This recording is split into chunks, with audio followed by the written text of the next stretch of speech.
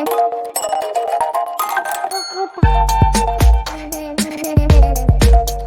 Everyone, इस video में बात कर लेते हैं शिपिंग कॉर्पोरेशन ऑफ इंडिया की as an SCI. Quickly analysis देख लेते हैं। चैनल को लाइक एंड सब्सक्राइब करना मत भूलिएगा।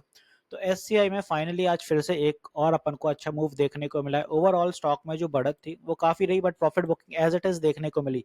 6% का मूव रहा, 290 का हाई दिया, जो पहले भी हाई था स्टॉक का। यहाँ कहीं पे आप देखें इस लेवल पे पहले भी एक रेजिस्टेंस देखने को मिली थी, यहीं से फॉल बना था। फाइनली अब स्टॉक फिर से उसी लेवल तक पहुंच चुका है और इसीलिए अपन को प्रॉफिट बुकिंग भी देखने को मिली। जो इंपॉर्टेंट है कि स्टॉक ट्रेंड लाइन के ऊपर सस्टेन करते हुए नजर आया और एक अच्छी बुलिश कैंडल बनती हुई नजर आई।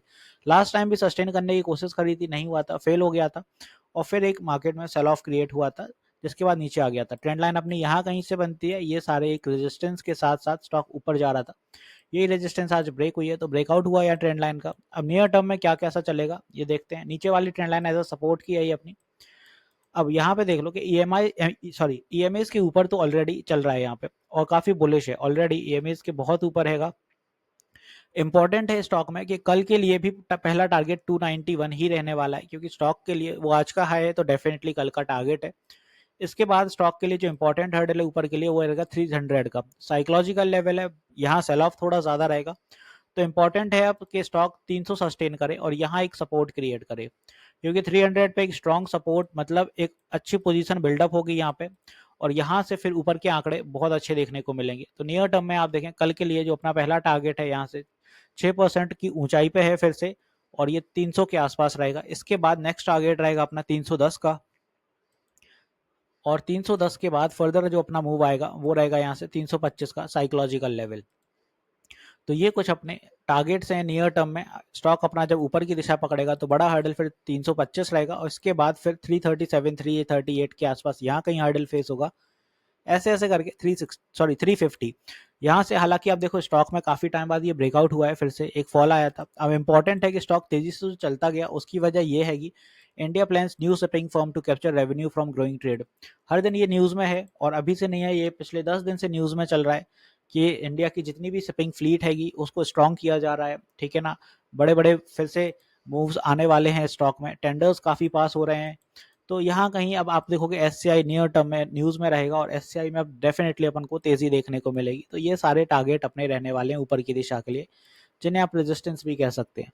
बात आती है नीचे की दिशा में सपोर्ट कहाँ होगा कल के दिन अगर बाय एनी मीन्स कोई पुल बैक रहता है। तो यहाँ पे एक चीज और बता दूं कि मैं मार्केट में लाइव सेशंस भी लेता हूँ। मार्केट आर में सुबह 10 बजे से 1 बजे तक लाइव रहता हूँ और शाम को 9 बजे। तो प्लीज अपनी क्वेरीज वहां क्लियर किया करिए।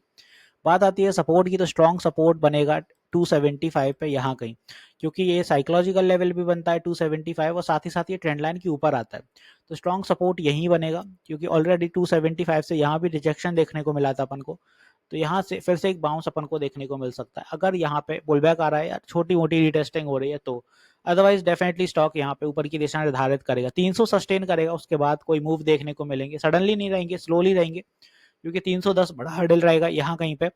और 310 इसलिए बड़ा हर्डल रहेगा क्योंकि साइकोलॉजिकल लेवल के 10 पॉइंट बाद तक एक सेल ऑफ रहता है, जो कि यहाँ तक आपको छोड़ेंगे नहीं सेलर्स। इन सेलर्स का मोटिव यही रहता है कि स्टॉक को कैसे भी करके वीक करा जाए और 300 के अंदर गिराया जाए, जिससे कि इन्वेस्टर्स कहीं ना कहीं स्टॉक में ऐसे एग्जिट करना शुरू करें, बायर्स एग्जॉस्ट हों और सेलर्स फिर से हावी हो सकें। तो यहाँ तक थोड़ा ज्यादा कंपटीशन रहेगा। इसके बाद थोड़ा मूव अच्छा आएगा जब यहाँ एक बेस बन जाएगा सपोर्ट का।